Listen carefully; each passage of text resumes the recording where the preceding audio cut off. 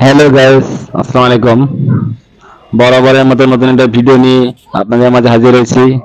তো video thumbnail দেখে বুঝতে পারছেন আপনারা যে আসলে আমি কি সংক্রান্ত ভিডিও করছি। তো লাইভে ফার্স্ট টাইম মোটো ব্লগ করছি আমার এই যে পালসার সিঙ্গেল ডিস্ক 150। তো আজকে চলে আসলাম এই যে পতেঙ্গা সমুদ্র সৈকতের পাশে যে ওয়াল সেতু আছে, পতেঙ্গা টু লালখান বাজার। তো এই উড়াল সড়কের নাম হচ্ছে শহীদ ওয়াসিম আকরাম উড়াল সড়ক, যা চট্টগ্রাম এলিভেটেড এক্সপ্রেস ওয়ে নামে পরিচিত। এটি বাংলাদেশের দ্বিতীয় এলিভেটেড এক্সপ্রেস ওয়ে প্রকল্প। চট্টগ্রাম নগরীর লালখান বাজার থেকে পতেঙ্গা সমুদ্র সৈকত পর্যন্ত এটা দীর্ঘ নির্মাণ করা হয়েছে, এটা দৈর্ঘ্য। তো এটির নিকটে যে কর্ণফুলী টানেল এবং পাশে শাহমারাত বিমানবন্দর অবস্থিত আছে। তো এটা ব্যবহার করে শহরের থেকে তাড়াতাড়ি আপনারা এখানে আসতে পারবেন, মানে সহজ যোগাযোগ ব্যবস্থার জন্য এই উড়াল সড়কটি নির্মাণ করা হয়েছে। তো এই উড়াল সড়কের দৈর্ঘ্য হচ্ছে 16 কিলোমিটার। তো বন্ধুরা যারা এখনো আসেন নাই তারা কিন্তু এই উড়াল সড়ক ব্যবহার করতে পারবেন। ইতিমধ্যে কিন্তু উড়াল সড়কটি টোল চালু হয়ে গেছে এবং এখানে মোটরসাইকেল কিন্তু সম্পূর্ণভাবে নিষিদ্ধ, মানে মোটরসাইকেল চালানো যাবে না। আর মোটরসাইকেল দিয়ে অনেক অ্যাক্সিডেন্ট হয়েছে, এই জন্য মোটরসাইকেল কর্তৃপক্ষ বন্ধ করে দিয়েছে।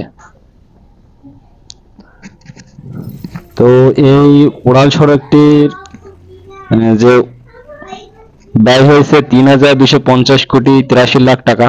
এটা ২০১৭ সালের ১১ জুলাই অনুমোদন হয় এবং ২০১৯ সালের ২৪শে ফেব্রুয়ারি নির্মাণ কাজের উদ্বোধন হয়।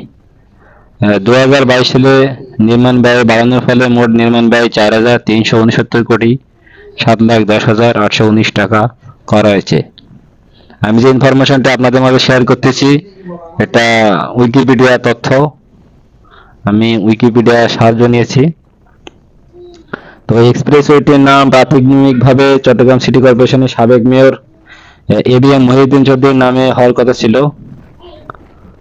পরবর্তীতে ২০২৫ সালের জানুয়ারি মাসে চট্টগ্রাম উন্নয়ন কর্তৃপক্ষ এক্সপ্রেসওয়ে টোল আদায় শুরু করে এবং একই সাথে এক্সপ্রেসওয়ের নাম বদলে চট্টগ্রাম ছাত্র জনতার অভ্যুত্থানে নিহত শিক্ষার্থী ওয়াসিম আকরামের নামে নামকরণ করা হয়। তো বন্ধুরা ভিডিও দেখতে থাকুন।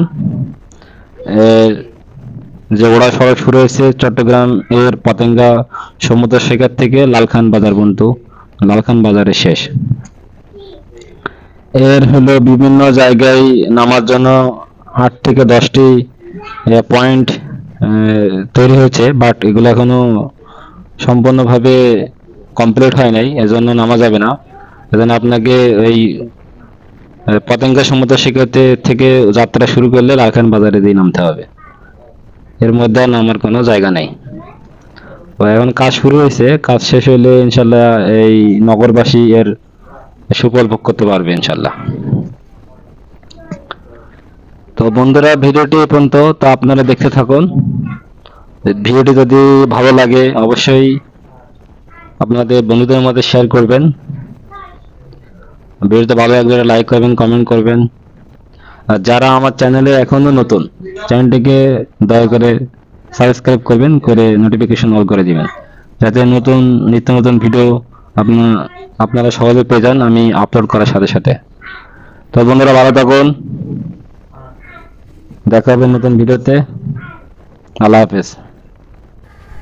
তো বন্ধুরা আপনারা এই উড়াল সড়ক বা ফ্লাইওভার ব্যবহার করার সময় অবশ্যই সতর্কভাবে চলাচল করবেন, কারণ যেখানে নামাজ যে র্যাম্পার বসানো হয়েছে তার আগে ঠিক স্পিড ব্রেকার বসানো হয়েছে। অবশ্যই এখানে স্পিড স্লো করবেন, নয়তো ওভার স্পিডে গেলে অবশ্যই অ্যাক্সিডেন্টে পতিত হবেন এবং নির্দিষ্ট যে স্পিড দেওয়া আছে এর বেশি স্পিডে চালাবেন না। তো ধন্যবাদ বন্ধুরা, সকলকে সতর্কভাবে চালাবেন, আপনাদের লাইফ সুন্দরভাবে চলুক, আপনাদের জার্নি শুভ হোক এই কামনা করি। ধন্যবাদ সকলকে। বন্ধুরা ভালো থাকুন, দেখা হবে নতুন ভিডিওতে, দেখতে থাকুন পুরো ভিডিও। আল্লাহ হাফেজ।